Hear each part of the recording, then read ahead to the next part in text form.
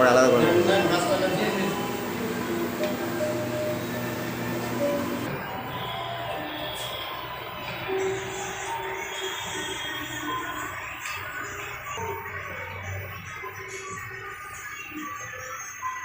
ওটাই আপাতত 2 চামচ করে হালকা গরম জলে অথবা 1 কাপ দুধে দিয়ে খাবে, ঠিক আছে? একবার করে খাও, নাহলে দিনে 2 বেলা করে খেতে পারো।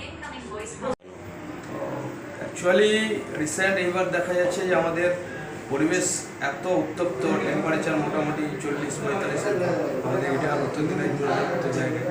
তো এক্ষেত্রে ভাবলাম যে আমাদের এই পরিবেশ গরম উত্তপ্ত হওয়ার একটাই কারণ যে আমরা প্রচুর পরিমাণে যে পরিমাণ গাছ আমাদের থাকা দরকার সমাজে সেইগুলো নেই।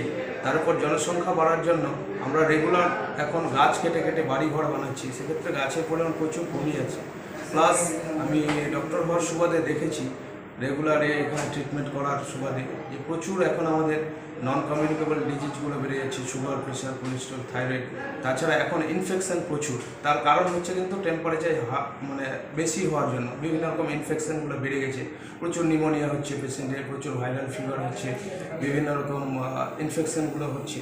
সেই জন্য দেখলাম যে এইগুলোকে কমাতে গেলে কিন্তু আমাদের পরিবেশ ভারসাম্য ঠিক রাখার দরকার। তার জন্য কিন্তু দরকার আমাদের সমাজে প্রচুর পরিমাণে গাছ, যেটা টেম্পারেচার কমাবে, আমাদের শারীরিকভাবে সুস্থতা আনবে শরীরে, তাহলে আমাদের বিভিন্ন ইনফেকশনগুলো কমবে, পরিবেশ মানে আরও বেটার জায়গায় আসবে টেম্পারেচার নামবে।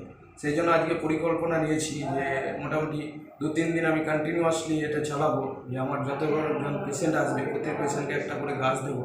তারা নিজেরা গাছ রাখা, গাছের পরিচর্যা করুক, আর তারাও নিজেদের একটু স্টিমুলেট করুক, তারাও যেন নিজেরা গাছ লাগায়।